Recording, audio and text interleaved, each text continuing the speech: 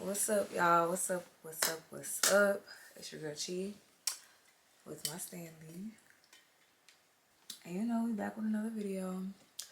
Here to talk about some other lessons, things, knowings, revelations that God has pressed upon my heart. Again, I'm trying to keep these videos at least under 15 minutes. So that way I'm not taking up all of your time, right?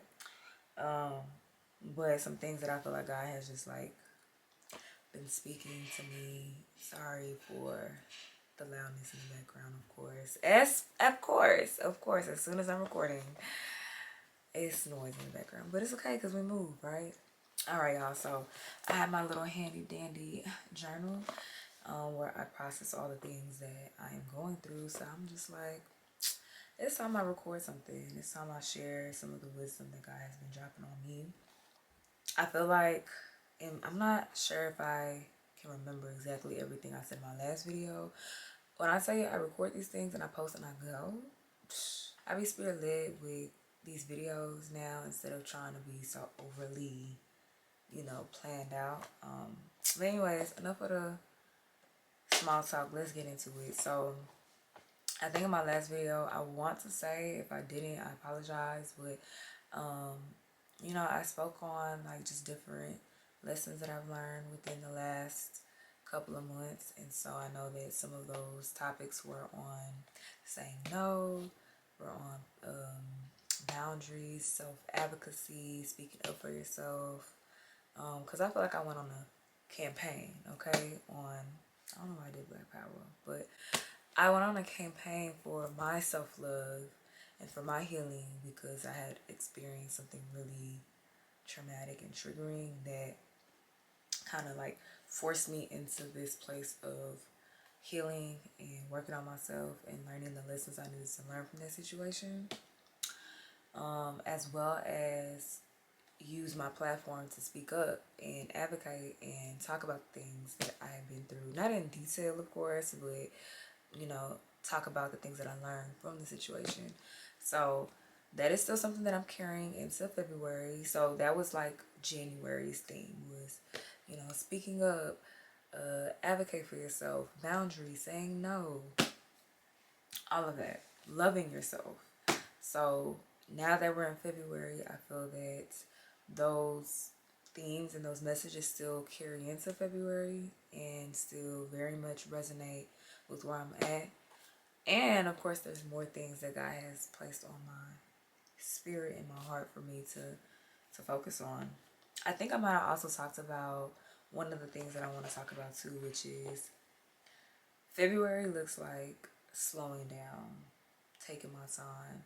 And that was also one of my goals in January too. So that is something that I'm still carrying into February because we live in such a rushed society. Everybody is moving too fast, going fast, going nowhere. And I vow to not hop on that train. Baby, one thing about me is if I can't get my rest and still do what I'm called to do, then it's not for me. It's not for me. So I'm not gonna overwork myself to death because I'm trying to achieve a certain thing or a certain status or whatever because other people are doing it, or because I feel like I'm running out of time, or because I feel like, or because I'm operating from a place of fear and anxiety trying to get to where I'm supposed to get to. And I'm like, I'm good off that. I'd rather go at the pace that God has set for me, so that way I can be productive in a way that is genuine and authentic, and not productive in a way that feels forced and rushed and hurried and from a place of anxiety and stress.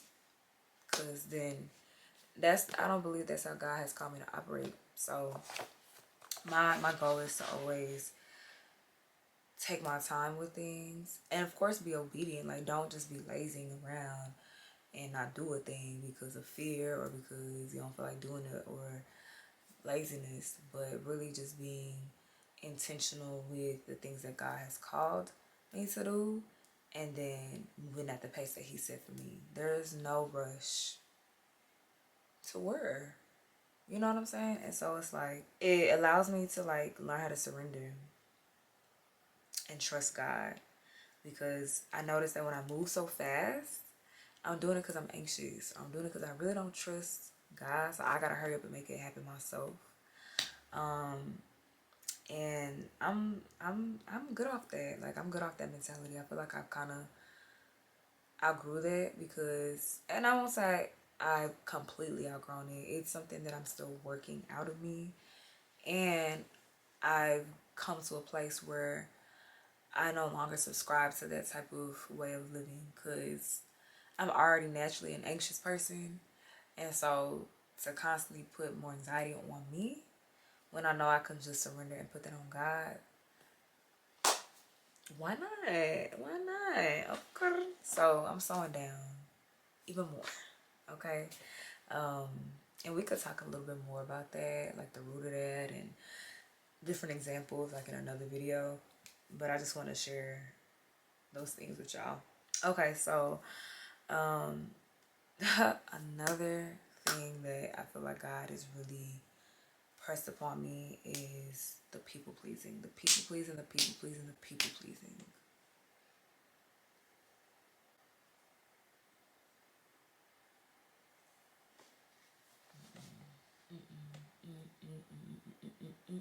We're not doing that no more. We're not doing that no more. I'm sure I probably mentioned this in my last video too, and I'm gonna keep saying it. I'm really trying my hardest not to cuss, but I'm gonna keep saying it because it's something I struggle with so bad. It's like chronic at this point, and it's because of the way I was conditioned and raised.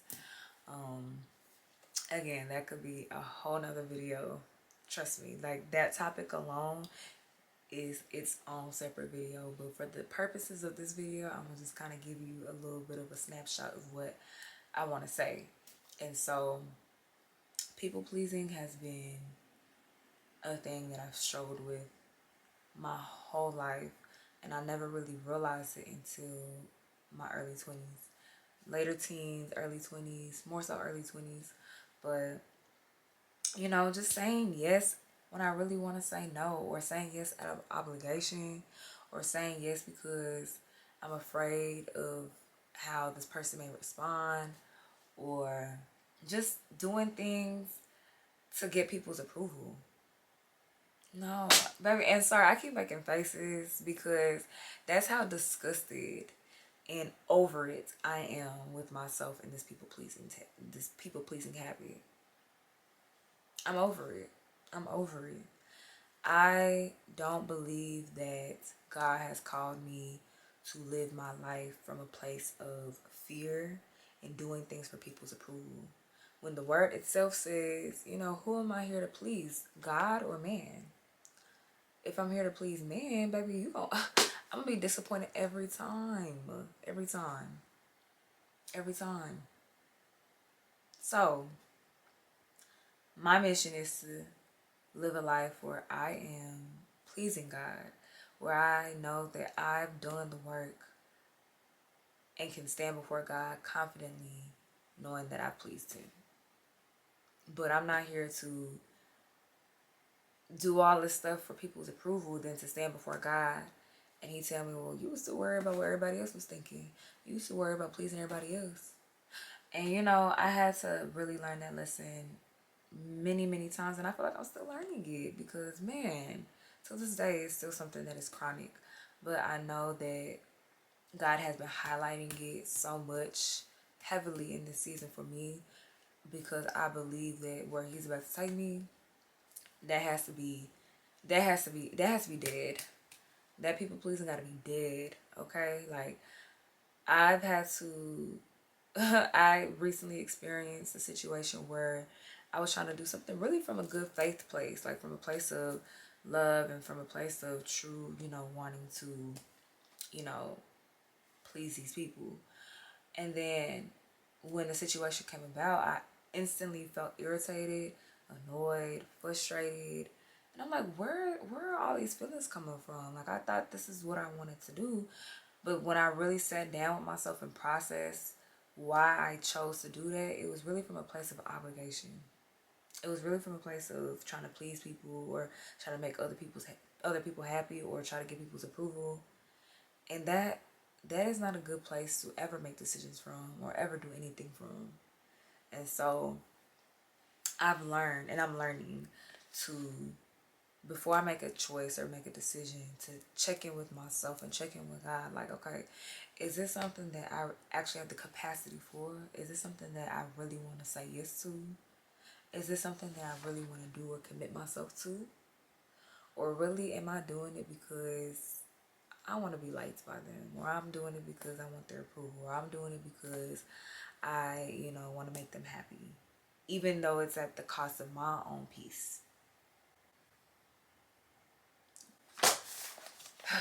Child, just talking about it frustrates me because it's like, bro, like when I say it out loud, it's like, it makes sense why you wouldn't want to do it, but yet I find myself doing it every single time. And that's why I'm like, I'm over it. I'm over it. I'm over it. I'm over it. I'm over it. And I think I struggled with it because I never want to be the villain in people's story. And you can't control other people's stories. Chi, you can't do that. You just gotta live life the way God has caused you to live life, and whatever narrative people want to have about you, that's their business. That's their business. That's not your business.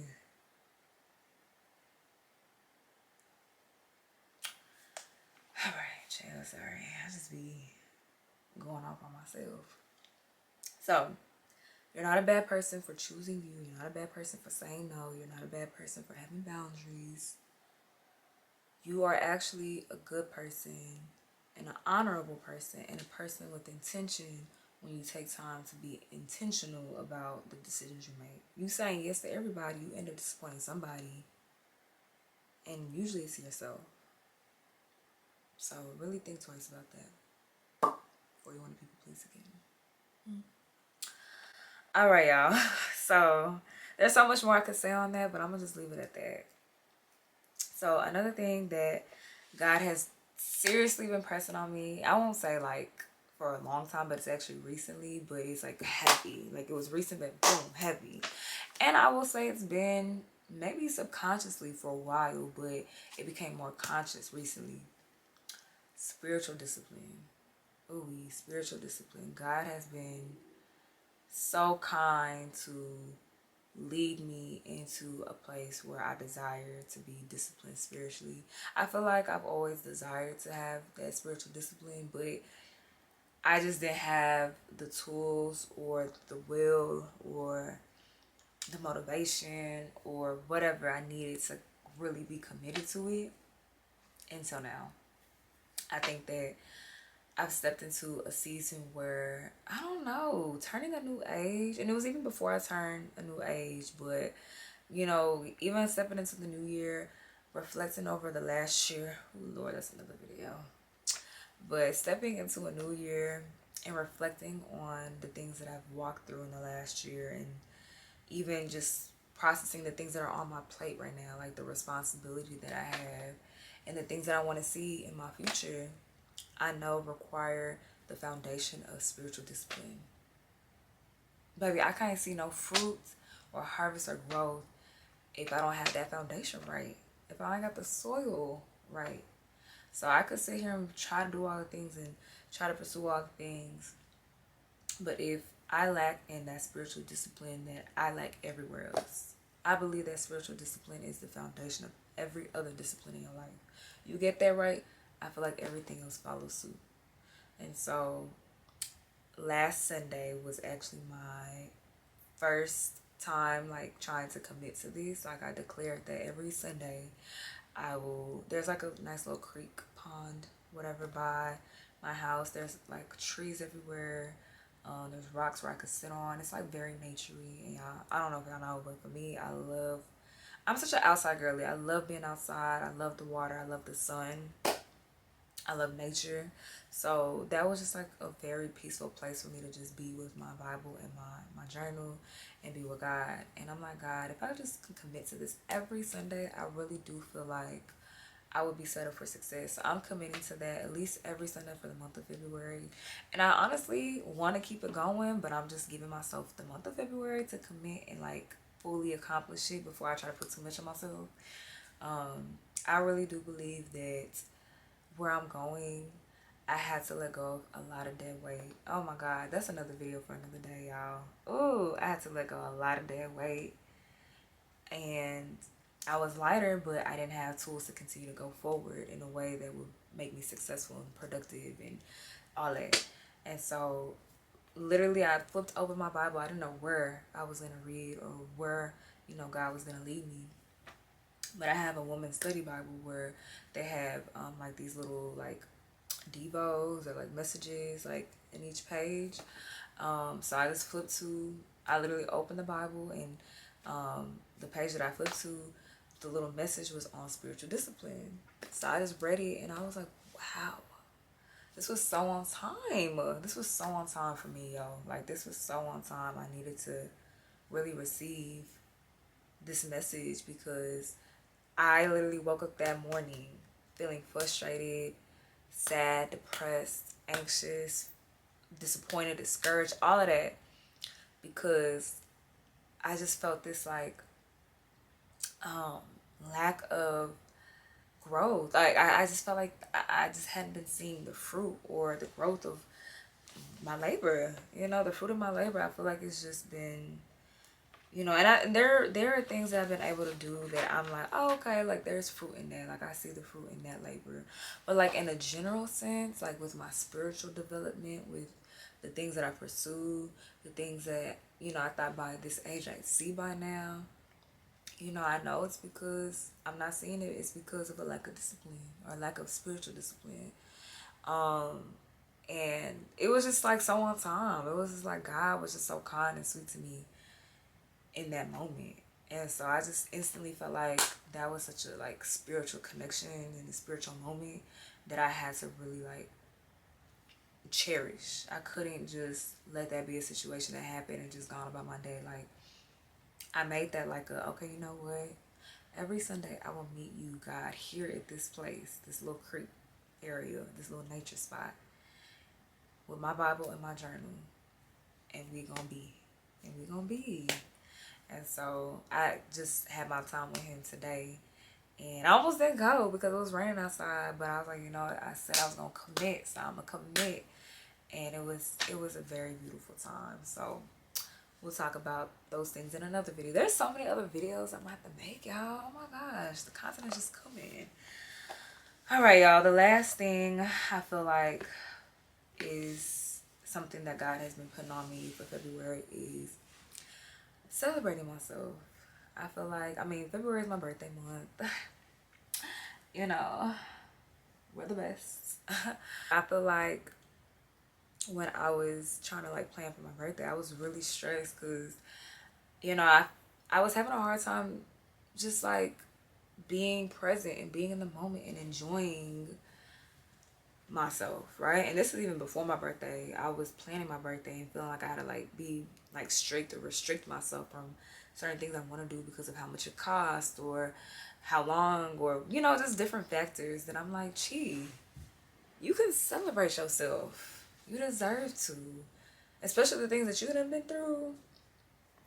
Celebrate yourself. It's your birthday. It's your birthday month. And so I feel like there's been a lot of like stigma or shame from how I grew up to enjoy yourself and to celebrate yourself, because it comes off as selfish. It comes off as I don't know, just not servitude to whoever you're supposed to be. Like, the culture I come from is really about like, it's like this kind of like toxic service to the elders, and anything you do for self is selfish. And so I'm really trying to undo a lot of that and just trust that I'm supposed to celebrate myself and enjoy myself and love myself and take care of myself and pour into myself and invest in myself equally as much as I celebrate others, pour into others. I'm a whole therapist, baby. I must commit to some form of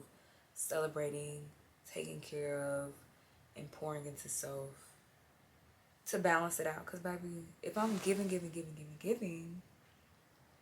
I'm going to eventually be an empty cup.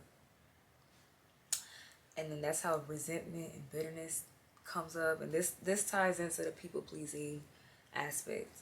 And so I was like, you know what, stop holding or restricting yourself from joy and fun and celebrating yourself, and do it. Just celebrate yourself. The money will come back.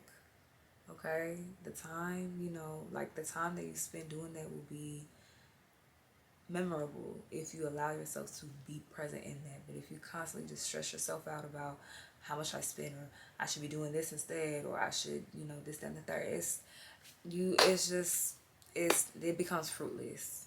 It becomes wasted money and time. And so I vow to celebrate myself and fully engage and be present no matter the cost. Of course, be intentional and smart about how much you spend depending on your financial situation. And make sure, even if it don't even gotta be anything you spend money on, it could just be something simple as taking a walk, or trying out that new coffee shop and getting maybe the bigger coffee drink or whatever. I'm not a coffee drinker, but I'm just so yeah. So those are some of the things I want to share with y'all. Okay, I feel like those are some of the pillars for February for me, and I know that as I continue to walk, there's gonna be more added on. So I hope you guys enjoyed this video. I hope you guys received whatever wisdom and lessons that you needed to get from it. And you know what it is. I'm gonna see you in the next video. Okay, love y'all.